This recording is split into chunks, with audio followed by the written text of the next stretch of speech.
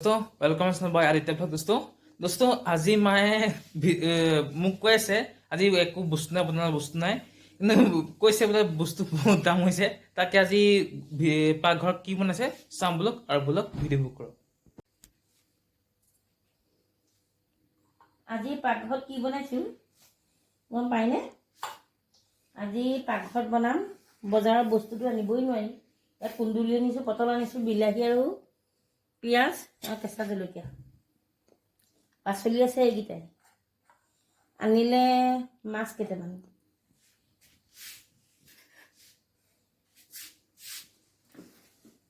ইয়াত শ'ল মাছ কেইটামান আনিলে পোৱালি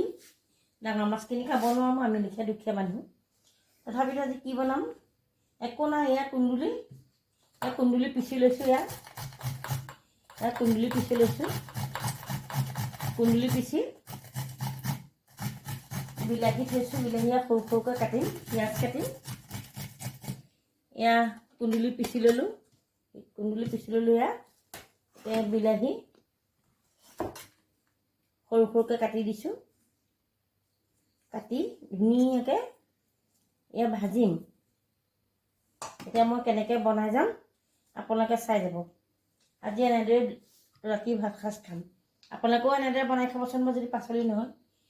বাৰীতে থকা কুন্দুলি দুটা আনি পিছলাখনে পিচি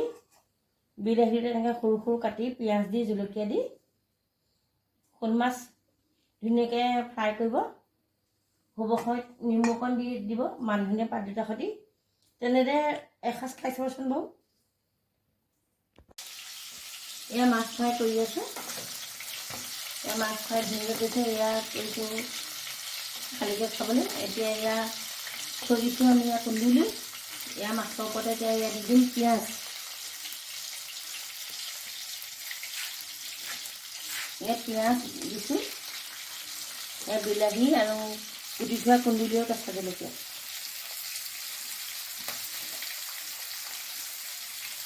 দিছোঁ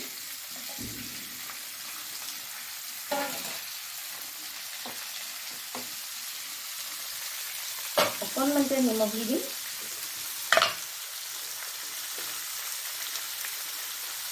জোখৰ মতে নিমখ দি দিব জোখত নিমখ দি দিছোঁ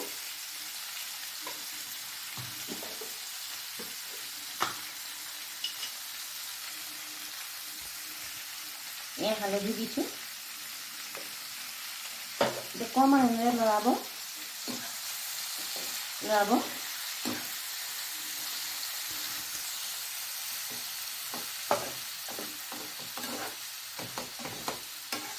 এতিয়া লৰাই ভাত মাৰি থৈ যেতিয়া সিজিব সিজাৰ পাছত অকণমান গৰম পানী দি দিব গৰম পানী দি যেতিয়া উতলিব নহয় এয়া মান ধনিয়া পাত এয়া নেমু আনি থৈছোঁ উতলি যেতিয়া সিজিব এয়া চেপি দি দিম দিয়াৰ পাছত খাবলৈ দিম আপোনালোকে খাই কেনেকুৱা পায় ক'ব এনেদৰে বনাবচোন বাৰু খাই কেনেকুৱা পায় জনাব এয়া পানী উতলিলে এয়া অফ কৰি ল'লোঁ পানী উতলি এয়া ভাজি ইতিমধ্যে সিজি গৈছে মাছ দিছোঁ পানী গৰম পানী দিছোঁ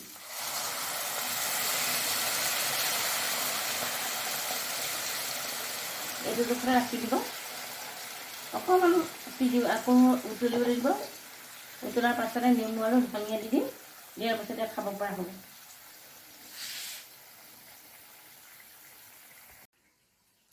ধনিয়া পাত তিনিটা ধুনীয়াকৈ কুটি লৈছোঁ ধুনীয়াকৈ অকণকৈ মিহি মিহিকৈ কুটি ল'ব এনেদৰে মিহি মিহিকৈ কুটি ল'ব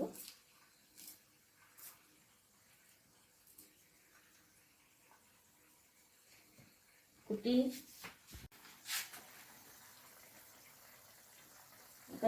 নেমু অকণ চেপি দিব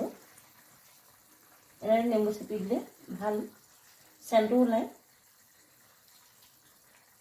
নেমু চেপি দিলোঁ চেপি ধনিয়া দি দিলোঁ ধনিয়া ধুনীয়া চেণ্ট এটা ওলাব আপোনালোকে খাই চাবচোন বাৰু কেনেকুৱা পাই জনাব আৰু এতিয়া থালিখন সজাই দিলোঁ ভাজি থালি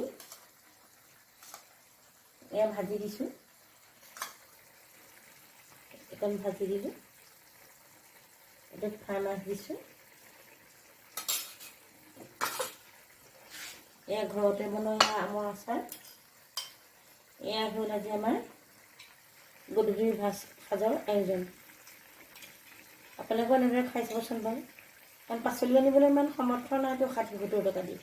গতিকে কুন্দুলিকে আনিছোঁ 40 টকা কেজি। আপোনালোকেও খাই চাব এনেদৰে আনি। আজিলৈ বাই বাই। দেখিলে মায়ে কেনেকৈ বনালে, গতিকে আপোনালোকেও ঘৰত বনাই চাব কেনেকৈ হৈছে। গতিকে চেনেলটো ছাবস্ক্ৰাইব কৰিব, কমেণ্ট কৰিব আৰু লাইক কৰিব। ধন্যবাদ।